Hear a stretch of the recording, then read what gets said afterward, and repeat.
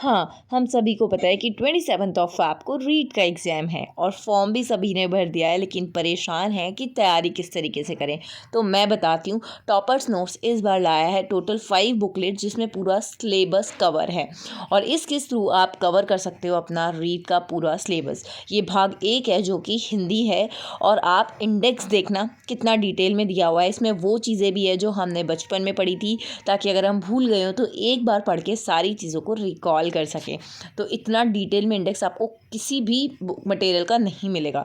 आप देख सकते हैं जहाँ टेबुलर फॉर्म की ज़रूरत है, चीज़ें टेबुलर फॉर्म में दी गई हैं और नोट्स प्रॉपर एक एवरेज स्टूडेंट से लेकर के एक इंटेलिजेंट स्टूडेंट के अकॉर्डिंग बनाए गए हैं, ताकि हर कोई इसे इजीली पढ़ सके। उसके बाद जो भाग 2 है उसमें इंग्लिश है, क्योंकि मेरा इंग्लिश है तो मैंने इंग्लिश लिया है। Antonym and synonym, spelling test, सारी चीज़ें इसमें इंक्लूड की गई है।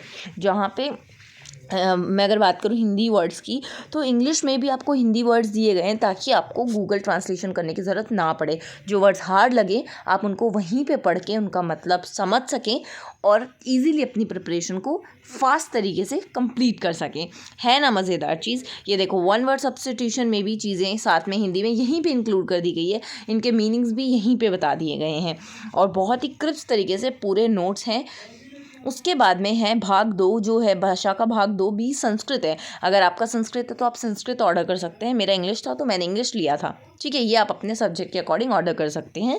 वर्ण, विचार, उच्चारण, ये देखो, मतलब संस्कृत तो एकदम इस तरीके से दी गई है कि इसको कोई भी पढ़कर समझ ले, क्योंकि रिलैक्स, जहाँ हिंदी वर्ड्स की ज़रूरत है इसमें वहाँ हिंदी वर्ड्स भी हैं। उसके बाद भाग 3 है जो कि सीडीपी का है। इसमें देखो, हम सभी लोगों के लिए, जो स्टूडेंट्स के लिए चैलेंज होता है वो सीडीपी पढ़ना ही होता है, क्योंकि हमने ये सब्जेक्ट ऐसा होता है जो पहले कभी नहीं पढ़ा होता है।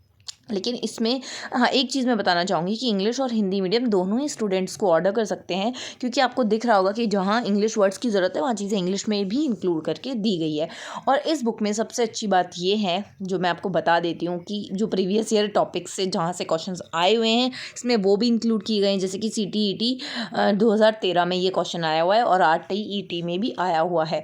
ऐसे ही यहाँ पर भी ये चीज़ इंक्लूड की गई है। HTET 2011 में इस टॉपिक से क्वेश्चन आया गया। ऐसे सारी चीज़ें इस बुक में यही इंक्लूड कर दी गई है। तो इससे मज़ेदार चीज़ क्या ही होगी, सोच कर देखो। मतलब टॉपर्स नोट्स के थ्रू हम इजीली अपनी तैयारी कर सकते हैं। उसके बाद द टफेस्ट पार्ट जो है वो है मैथ्स, जिससे हर एक स्टूडेंट परेशान होता है। लेकिन इस बुकलेट में मैथ्स को भी पहले आपको कॉन्सेप्ट समझाए गए हैं, कॉन्सेप्ट्स के बाद उन कॉन्सेप्ट से रिलेटेड वहीं पे 1-2 क्वेश्चंस किए गए हैं। उन क्वेश्चंस के बाद में वहीं पे टेबुलर फॉर्म की चीज़ें टेबुलर फॉर्म में दी गई है और उदाहरण के भी बहुत सारे क्वेश्चन दिए गए हैं। ऐसा नहीं है कि 1-2 उदाहरण से ही चैप्टर को कंप्लीट कर दिया, बहुत सारे उदाहरण दिए गए हैं। और मैथ्स में भी देखो इंग्लिश वर्ड्स लिखे गए हैं, अगर आपको इंग्लिश समझनी है तो। जहाँ पे इसमें चार्ट की, फ्लो चार्ट्स की ज़रूरत है वहाँ फ्लो चार्ट्स भी हैं। और सबसे इंपॉर्टेंट चीज़ जो मैथ की होती है वो होते हैं फार्मूलाज, और इसमें सारे ही फार्मूलाज एक ही जगह दिए गए ताकि बार बार इधर उधर भागने की ज़रूरत ना पड़े और आप आराम से अपने फार्मूलाज को बार बार रिवाइज़ कर सकें। उसके बाद में जैसे ही आपके कॉन्सेप्ट्स आप पढ़ लेते हो तो अभ्यास प्रश्न भी इसके अंदर दिए गए हैं। जितना मैंने क्वेश्चंस लगाते जाओ और अपनी तैयारी को स्मूथली करते जाओ। उसके बाद लास्ट फाइनल पार्ट जो है वो विज्ञान है, भाग 5। और विज्ञान वैसे भी बहुत ईजी सब्जेक्ट होता है। हम सभी को सिर्फ एक रीडिंग की ज़रूरत होती है और रीडिंग के साथ साथ कुछ चीज़ें रिकॉल करना भी इंपॉर्टेंट होता है, मुझे ऐसा लगता है। तो चीज़ें रिकॉल तब होगी जब आप एक रीडिंग तो एटलीस्ट करोगे ही करोगे। तो इस बुक के थ्रू आप अपनी उस रीडिंग को भी कवर कर सकते हैं। और मैं एक और चीज़ आपको बता देती हूँ यार, कि डायग्राम्स को भी अच्छे से एक्सप्लेन किया गया है इस बुक के अंदर। ये देखो, आपको जो पौधे के प्रकार और विभिन्न भाग है वो इस चैप्टर में किस तरीके से दिखाए गए हैं वो मैं समझाती हूँ, मतलब वो मैं बताती हूँ कि ये जो इसमें डायग्राम्स हैं प्लांट्स के, टाइप ऑफ फ्रूट्स के, सब कुछ डिटेल में डायग्राम्स भी समझाए गए हैं। इससे बेटर कुछ भी नहीं है, ट्रस्ट मी, कुछ भी नहीं।